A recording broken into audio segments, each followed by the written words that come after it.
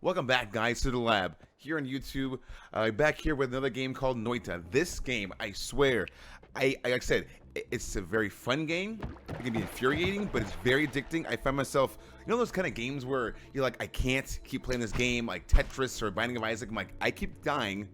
It's permanent death, but I keep coming back again and again and again. I don't know why I do. It's like a drug.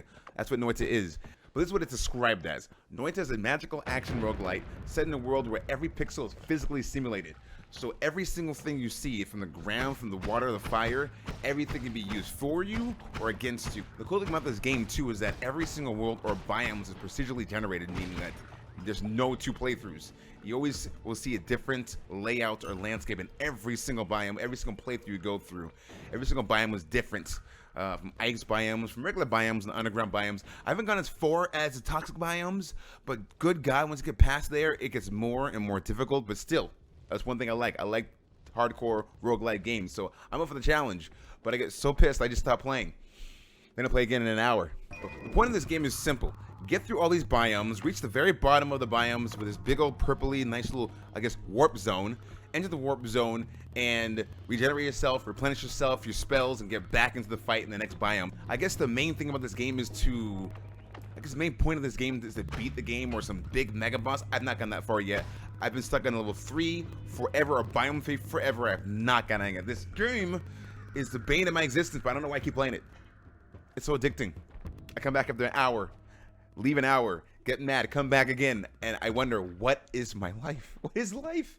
Is this. Basically, your character is a wizard. He has a basic wand that can shoot basic, purple streams of awesome, and a bomb, which has 3 max of uses. If you see anywhere that you can't get below, like, there's a wand down there, there's a certain flask down there, there's certain enemies down there, use the bomb, blow it up, get down there, get the stuff. And wands are pretty complex. There's all type of wands you can have in this game. You can have one that will shoot water or create water, like a rain cloud to make water happen, which is huge, kind of rare. The one that's always there is toxic wands. You can have a fire wand. You can have a water wand, an electric wand, all kinds of elements. Any element you can think of, you can have that wand. You have one wand that just shoots a very small, like very, I don't know why that is, very small, like this far in front of your face, a bunch of fire. Or even a chainsaw wand. Yes, a wand that produces a small chainsaw. You can just hack your enemies down like crazy, but with certain types of attacks comes certain type of drawbacks. The closer you are, they can do melee, stun you, and then you're done. You're dead. It's over. Back again. Or rage quit like me and then come back again, play it again in an hour. You'll be back in this game. This game's that cool. So let's go over wands real fast. So wands have shuffle, spell cast delay, recharge time, capacity, mana charge speed, mana max, spread, and always cast. So what shuffle is what you think it is: randomly generated spells. It can be a bomb, a fire, a razor, or TNT. Those are, if you want to use them, cool. If you that type of person wants to kind of challenge, I wouldn't recommend it, because those kind of wands can blow up in your face. Literally can blow up in your face. You just get panicked. There's so many enemies around you, and you're like, oh God, I gotta kill them. And then you try to shoot something off, and then it's a bomb. It's in your face. It's right there in front of your feet. Boom, you're dead. And then the enemies are dead too. But then you get then all this mayhem happens. Gold everywhere. You can't collect anything because you're dead. The spells cast attribute for one is like how many spells are in that wand. It's gonna be from 1, 25, 15, 17, whatever the capacity is. That's how much you have in that specific wand. You can use until it's gone. Like the bomb one you have at the beginning of the game has 3 max per round. The cast rate is pretty much how fast the wand shoots. Of course, the lower the number, the better, the faster it shoots. The higher the number, the slower it shoots. And for some weapons, it can be more powerful if it's slower, or if it's faster, depending on how strong the weapon is. Recharge time, yeah, it's like cooldown of the weapon. I guess the lower the number of the recharge time, the better it is to go faster and shoot. Especially if you're in a crazy fight with a lot of enemies. Trust me, there's parts of these games, the game that has a lot of enemies just swarming you at once, and enemies, before we get into more detail, enemies are absolutely insane. They're very accurate, and they can wreck you. Even the smallest of enemies can destroy you. Yes, I'm looking at you, bat, you purple bat, you bastard. You're difficult, you're hard to deal with, but you're goddamn so conniving and smart. They have capacity, so how many times you can fire that thing off before you have to recharge it and get back in the fight. We got mana charge speed. The higher the number, the faster you can fire off your spells, which it's like the recharge time. You have better recharge time and better mana charge speed. Man, you'd be firing up like in the Wild Wild West. So mana max, how many uses until the weapon is pretty much, because you have the bomb, right? For example, the bomb has 3 max bombs in that one weapon. You can't go anywhere else in the biome level or have to pick up anything else to recharge that thing. It's done. 3 is the max. 25, 15, whatever the number is that you see there, that's as much as you have in that round, so use it carefully. So spread of the weapon. This is weird. So if the number is higher for spread, you think, oh, it covers more ground, right? To destroy more enemies. Yeah, but it's less accurate. And accuracy in this game is very important. You'll see why. More positive, the higher the number, it's positive. It's bad. If it's negative, it's good in a positive way. It's kind of like if it's negative, then you have more accuracy in shooting certain enemies. It's positive, it's too much that goes around the one area, right? And it covers too much ground. But then again, if you have a swarm of enemies coming at you and you shoot it off, unless you have like a modifier that attaches to, instead of attaches with that one, then you can have, oh my god, this game it's insane. It's crazy. I'm trying my best to explain this. It is kind of, the wiki will help you. And finally is always catch, because that's the most desirable one in the game, which certain weapons have that, like the razor blade firing weapon. I love that one to death. That one has an always cast. There's no set number on how many times you can shoot it off. As you shoot to your heart's content. And if you have a very nice recharge rate, a very nice delay, then you can be a very, very deadly person in the biomes. But then again, certain of these weapons, these wands, when they fire off, they come back to you, they can also hurt you. So be careful with how the range in which you're firing at. And if the thing has certain, recoil, it can hurt you. Enemies! Oh my god, let's talk enemies. Like I said, that one purple bastard. Every single enemy is very accurate in how they try to fight you. I don't care how small they are, I don't care how big they are. You run into all kinds of enemies. Pretty much the main ones you'll see are the shotgunners, the thunder mages. The fire mages are always there, but almost always in the biomes. The first biome at least. I ran into 3 at one time. 3 of them just sitting around chatting, talking about where they're going to go for coffee. I'm sitting like, how am I going to kill these guys? I have no water. I'm just going to go balls to the wall, and I got destroyed by their exploding fireballs. Yeah, they're insane. They're in every single hit will land very hard in this game. You got hounds, hounds are the basic enemy. Hounds and spideys. Spideys are little purple, little spiders with 3 eyes, and the hounds are the small guys with the red piercing eyes. You'll see them in the dark. Don't be scared. 1-2 shots, they're done with the basic weapon. Anything else is 1 shot, they're done. Shotgunners take a little bit more, but they're very accurate. They have a really powerful melee attack, and when they cock back in their shotgun, they do not miss unless you're gonna go somewhere else, duck away from the attack, run. You got toxic slime as well. Miners they throw bombs at you, but they're not very accurate with the bombs sometimes. At times, if you just back up or run towards them, go in their face and just shoot them, I don't think they have a melee attack. So if you just go in their face, you're fine. Toxic slime, 1, 2, 3 shots for the most part will put them down. Sometimes they have toxic slime that take they're bullet sponges. It takes an infinite amount of damage and they will not go down. That's annoying, but I get it. And after you slay all these enemies, of course, if you're just going through biomes, it's going 1, 2, 3, picking up awesome wands and destroying every other enemy. You're a boss. You're killing it. Like anyone else in this game can do. You get a lot of money. You get tons of money. So more slain, more money. And with the gold you earn in this game, you can also at the end of the level, when you finish, replenish your energy, replenish your spells, go pick up a wand if you have enough money for it. Check out check out all the specs of the wand, compare it to your wand you have in your inventory. You have max 4 wands you can carry in the inventory. I'm not sure if you can expand your inventory at this time. There's a lot of updates in the game. Maybe next time, please. It'd be awesome having 5, 6 wands. I recommend if you have a wand that has, infinite, there's no numeric value of how many times you can shoot it off. Just put that in your main slot, the first slot, and everything else after that, because the basic one's gonna go away after the first biome. Hopefully, if you have another nice little upgradable one in the future. But it's weird though, because sometimes they have 1 of 5 wands mostly, but other times they have perks that they can add on to whatever you have equipped for certain wands. Like say you have one that shoots razor again. I love the razor blades. You can have a homing missile for razor blades, so whenever you shoot that thing, it's gonna go right to the enemy. But be careful, because like I said, if you miss, it'll come right back and take you out. At the very end, you have one of 3 different perks they can pick up. Sometimes they can pick up an empty box perk, which will add on another perk to what you already have. You can carry 2 at a time, I believe. Maybe it's 3. I always go for the extra life because I do die a lot in this game. It's super difficult.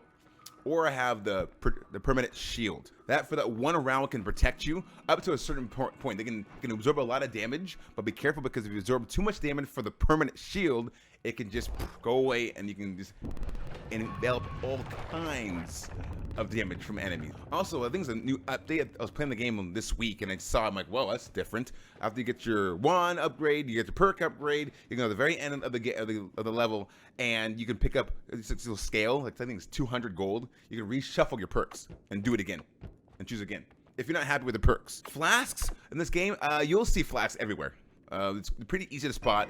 Their flasks and wands give off this emanating light in all the biomes.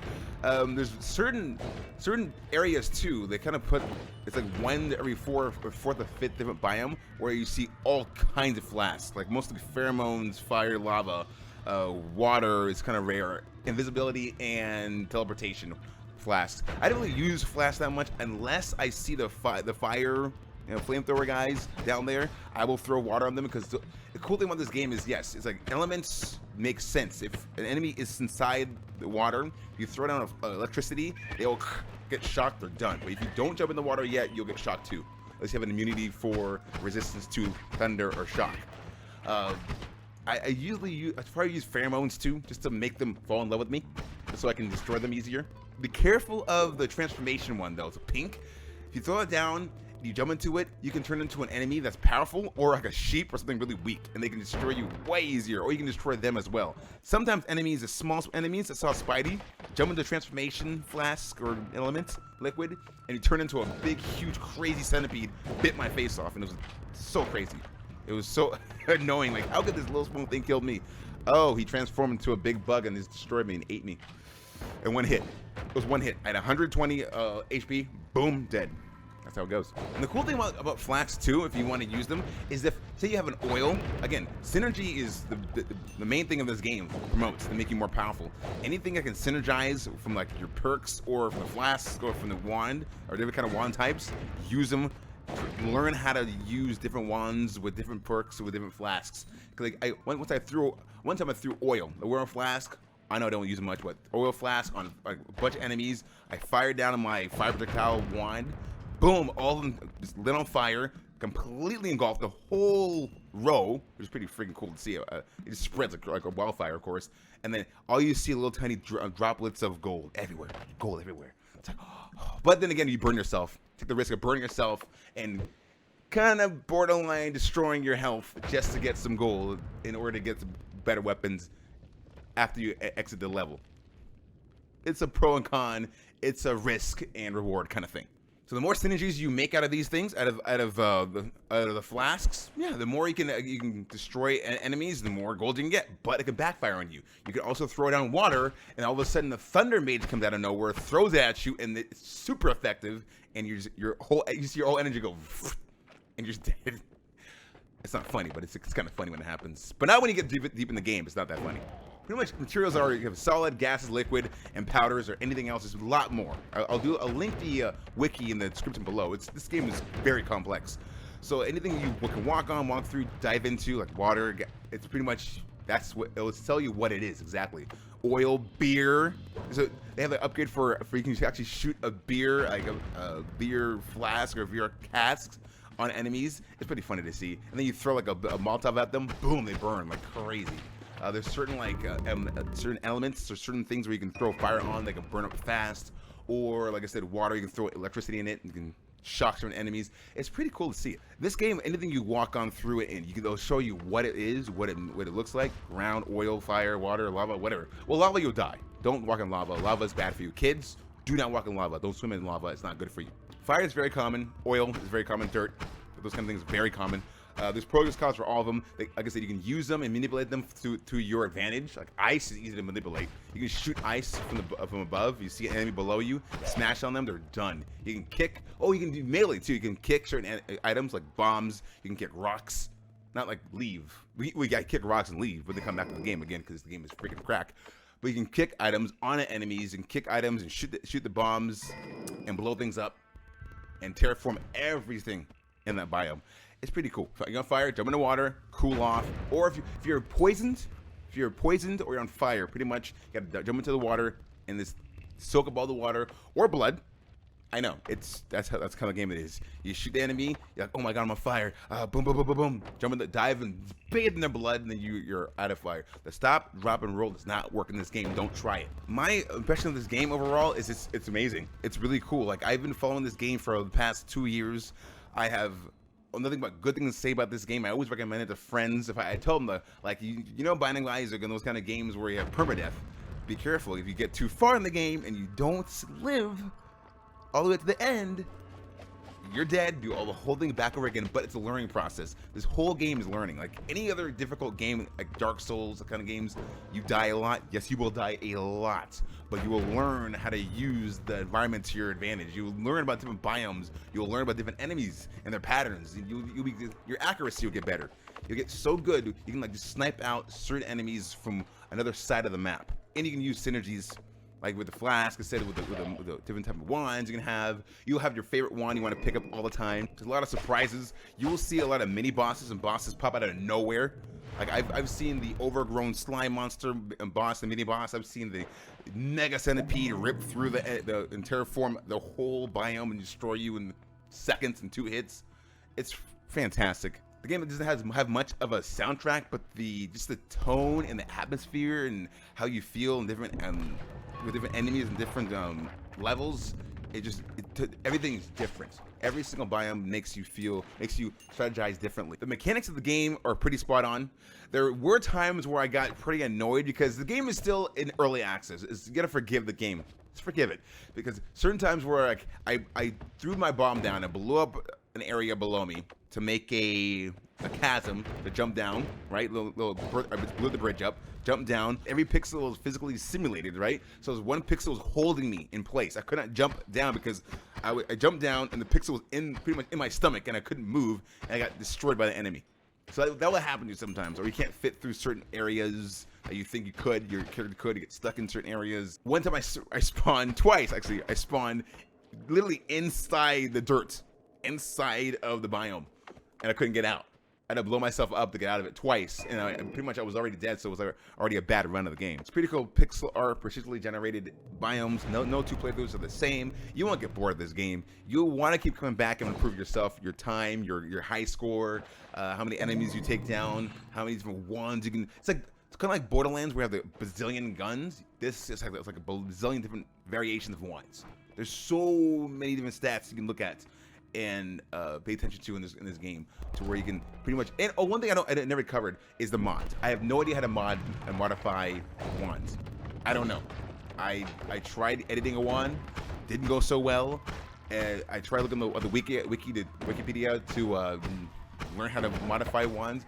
I have no idea. I have to learn how to do that though. This game, I give it's a certified awesome. Okay. It's 18 bucks on Steam, $17.99. It's such a unique take on the roguelike genre, and I love how roguelike games now, for indie games, are pretty much changing, and different developers are taking that one genre and making it so damn amazing. So if you enjoyed this video, guys, go ahead and subscribe and like the video. Share with someone else. Like, oh my goodness, this game looks cool. I think you like it. And this guy's pretty funny too, and he's good at describing this kind of game. Even though I try my best to describe this game, and it's so goddamn complex.